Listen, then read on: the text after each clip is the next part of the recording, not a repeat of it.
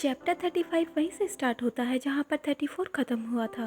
Party में ननगंगली आते हैं और बहुत सारी भीड़ हो जाती है। कोको अपनी दोस्त से बोलती है, मैंने सुना है ननगंगली का व्यवहार थोड़ा अजीब, उन्हें दूसरों के पास रहना और बात करना पसंद नहीं है, हम लोग उनसे बात कैसे करेंगे।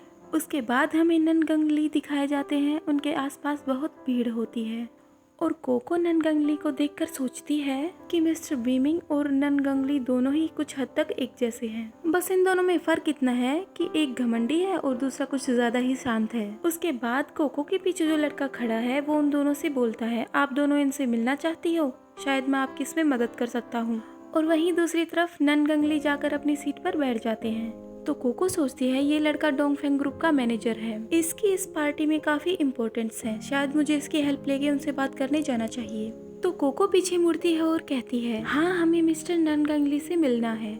मिस्टर डोंगफेंग, क्या आप हमें उनसे मिलवा सकते हैं, आप हमारी मदद कर सकते हैं। तो वो कोको की बात का जवाब देते हुए कहते हैं, मिस्टर डोंगफेंग ये काफी अजीब है, आमतौर पर लड़कियां मुझे चीन या फिर डोंगफेंग बुलाती हैं, मिस्टर डोंगफेंग नहीं। और वो कोको के साथ थोड़ा फ्लर्ट करने लगते हैं। तो कोको बोलती है, मुझे पता नहीं था। डोंगफेंग क्या आप हमारी मदद कर सकते हैं। कोको अपने कपड़ों को अपनी मुट्ठी में पकड़ लेती है, वो ऐसे बात करने में थोड़ा अनकंफर्टेबल थी।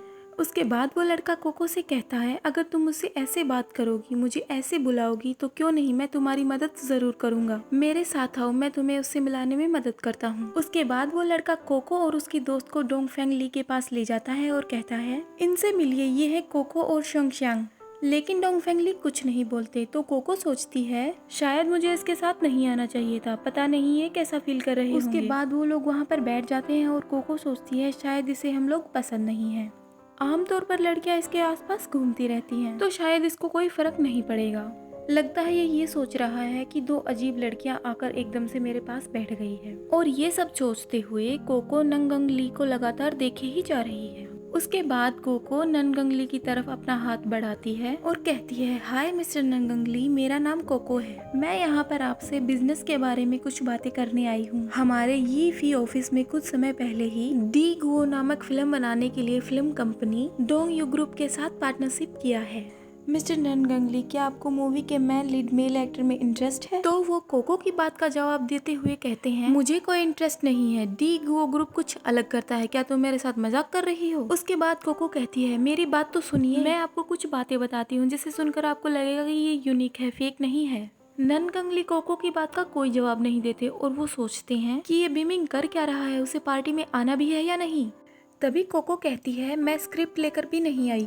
उसके बाद ननगंगली अपने सेक्रेटरी को बुलाते हैं और कहते हैं, क्या तुम हमारे लिए बात करने के लिए कुछ टाइम निकाल सकते हो। उसके बाद ननगंगली का सेक्रेटरी कोको के पास आता है और कहता है, मैं ननगंगली का सेक्रेटरी हूँ, वो अभी कुछ दिनों तक बिजी रहेंगे, आप चाहती हैं कि वो आपसे इस बारे में बातचीत करें। कुछ दिनों बाद आप स्क्रिप्ट लेकर आइए, मैं आपसे उनकी मीटिंग करवा दूंगा। उसके बाद कोको उनसे कहती है, अब ठीक है, अब हम आप लोगों को परेशान नहीं करेंगे। कोको वहाँ से उठती है और जाने लगती है।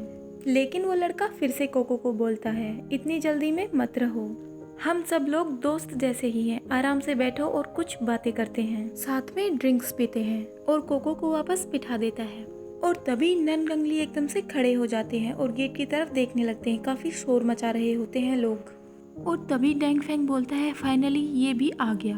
और कोको तो देख के शॉक्ड ही हो जाती है। और दूसरी तरफ भीड़ से आवाज आ रही होती है, मिस्टर बीमिंग आ गए, ओ माय गॉड, ये कितने हैंडसम है, वाह वाह वाह, ये कितने अमेजिंग है, ओह इनके पास में वो लड़की कौन है। ये सब आवाजें भीड़ से आ रही होती हैं।